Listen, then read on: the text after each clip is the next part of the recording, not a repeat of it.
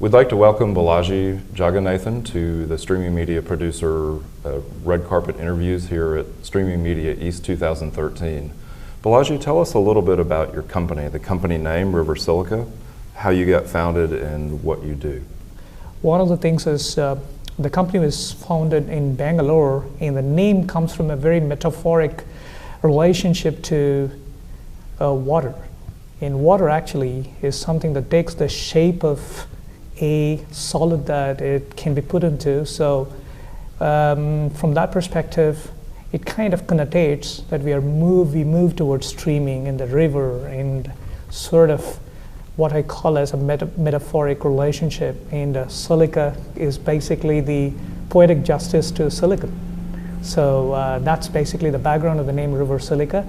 And interestingly, one of the things that we probably are very close to looking to build a product that is closer to streaming, which is what I'm going to talk about later, is because India, probably where we come from, and the company where we are founded, which is in Bangalore, is actually a place, India, which is as close or as equal to Hollywood. So there's so much of content available, there's so much of video information that goes on.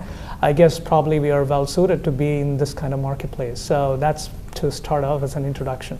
Very good. I've spent some time in Bangalore and Hyderabad, South Indian cinema, as well as Bollywood, and I completely agree. Hollywood is big to us in the US, we export well, but just the mass amount of content that comes out of Indian cinema is certainly significant. So you do transcoding, and with transcoding, you're obviously looking to move content into various different formats. But as I understand from the name Silica, also you started out with the idea of either an ASIC or an FPGA, and yet you've transitioned a bit as well. So can you tell us a little bit about that? Oh, gladly so. We basically started to do a sort of an ASIC and an FPGA for transcoding to start with, and then as we started putting things in perspective, we did quite a bit of analysis, and we are pretty close to building an FPGA for transcoding, and I must say very close to. And we started looking the cost per stream, and also the flexibility required to build this particular formats that are coming up. And with these two things, actually, we felt that we were at a bit of disadvantage, and then we started looking to see how we could harness the algorithms that we had built to create high-performance transcoding, and we moved it to a general-purpose processor, or GPP. We felt that we could get better advantage. So that's a kind of transition that we did. We have actually seen one world which is on the ASIC side. We are seeing the GPP side of it. I guess probably we are in a better position to tell you which one works better. So in the industry of transcoding, we have general purpose processors, as you talked about, the standard CPUs. Then we have DSPs that some companies have focused on. We have GPUs that other companies have focused on. And then we have, on the high end, kind of ASICs and FPGAs. For you, in doing the work with general purpose processing, do you feel that you have an advantage over systems that, say, claim faster speeds or better quality because they use a GPU as opposed to a CPU, or do you do a combination of both of those? Well, right now we actually do quite a lot on GPP, and we might look at a GPU at some point of time, but whatever we are doing right now, we've optimized our software, and we have added a lot of top-up algorithms, and then those top-up algorithms are really serving us the purpose. And if you want to add up GPU, it would be an icing on the cake for us right now. Okay. So that's exactly how we look at it right now. And one of the things that I see is that transcoding is entirely a different perspective compared to encoding. Right. And they are two distinct elements. So if you have to do transcoding, it needs a different kind of perspective. You also need a bit of flexibility, and also data that you can get from decode that you can analyze and then create an advantage when you take it to encode process, basically. So to do all of that, you need to have a mechanism that suits that kind of smart transcoding as opposed to pure encoding. So let's talk about some of the things that your company claims. Fast transcoding, lower price, higher quality. One of the things you told me before we started was a lot of that is around the algorithms, and you alluded to the algorithms here just a moment ago. Talk a little bit about what you think is the secret sauce for the company in terms of those algorithms.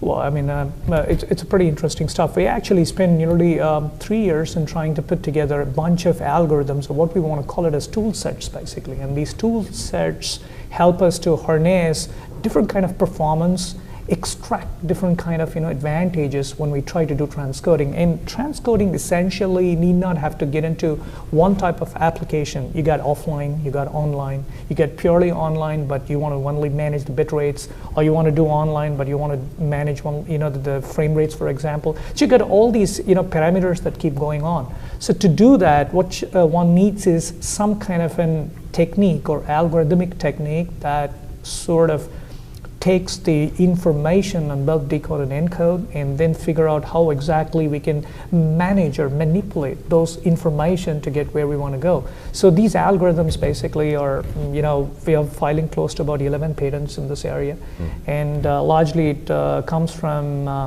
our brand names, or Raft, which is actually our RiverSilica's algorithms for transcoding, and algorithms based on us are SAND for scene detection, or algorithms for HELM, or what we call as HELM. These algorithms basically, if you notice, they're all very nautical terms, right, basically. Exactly. So these algorithms basically help us to extract information, build these tool sets. Well, the good news is, with all the nautical terms, because Inlet is no longer in the business, obviously having been acquired by Cisco, right, no one will confuse your products with theirs, potentially.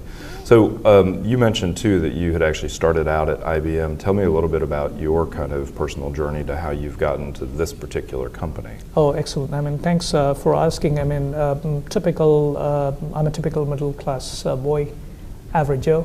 And I started off building symmetric multiprocessor systems for an Indian company called Wipro. And I moved on from Wipro to IBM. I built storage processors, did product marketing, worked in multiple geographies, worked for Dell for a while. And then in 1999, actually, I tried to have a startup with a friend of mine, which went bust. Didn't have any money, was on the road. You had the perfect timing in 1999 to have a startup with the bust coming along. Yeah, you know what, I mean, it's pretty interesting. In 1999, anybody who had actually a telecom background did great, and we also had a telecom background. And interestingly, we had a lot of partner sensitivity, and I was a young kid, and I mean, I was about 29, 30, and then I thought, I could do well in those startup, but I just couldn't understand what was going on. By then, we were down to the last penny, and yeah, I mean, I had a choice between having another startup, or getting into a professional job back again. But I chose another startup, which is like in 2000, which got funded by City Ventures. And this startup, largely, we started building, some sort of a IP-based design services for semiconductors. And given that I had a background in semiconductors and in symmetric processing, stuff like that, so we quickly grew up, and we were a team of about 350 people out of India. We were pretty close to being number 3 as an Indian company. Had a lot of stuff going on in Japan and US, and that's where we sort of got into building image processing, processors, intellectual properties, systems, and so on and so forth. That's when my love got into the video side of things. B is, I've got a bit of personal background. My dad actually used to be, for a while, wrote some scripts in movies. Oh, interesting. So, both of them actually kind of got together, and then felt that this is an area, I think there is a video explosion that'll happen and be here kind of stuff. So that's sort of background where I come from. And that takes us back full circle to the fact that, as we said, there are premium content around the world, whether it's in Europe, whether it's in the US, whether it's in India. All of that content needs to be transcoded to multiple formats. One last question before we wrap up. Primary focus on H.264, adaptive bitrate, and the like, or do you also include WebM and some of the future-facing things like H.265 and VP9? What we actually focus on is we're a true transcode company, basically. And the art of true transcode is our mantra. We're actually not too concerned about the future standards, because the way we have built the product is to make sure that any standards that we move on, we should be able to harness the advantage that we have created in algorithm. So given that the scenario for us, HEVC is around the corner, we're working on HEVC as well.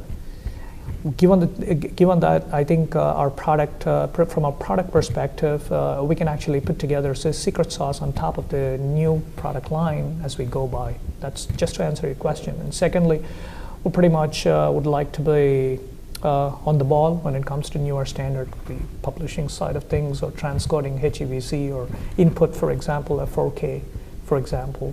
So, okay. In that perspective, yes, yeah, we are working on it, and we probably are a kind of company we will go when we wouldn't announce a product for the sake of announcing, but we will have the right things that customer wants, and the timing has to be right from that perspective. So that's one of the things that probably I strongly propagate internally as well. Okay, very good.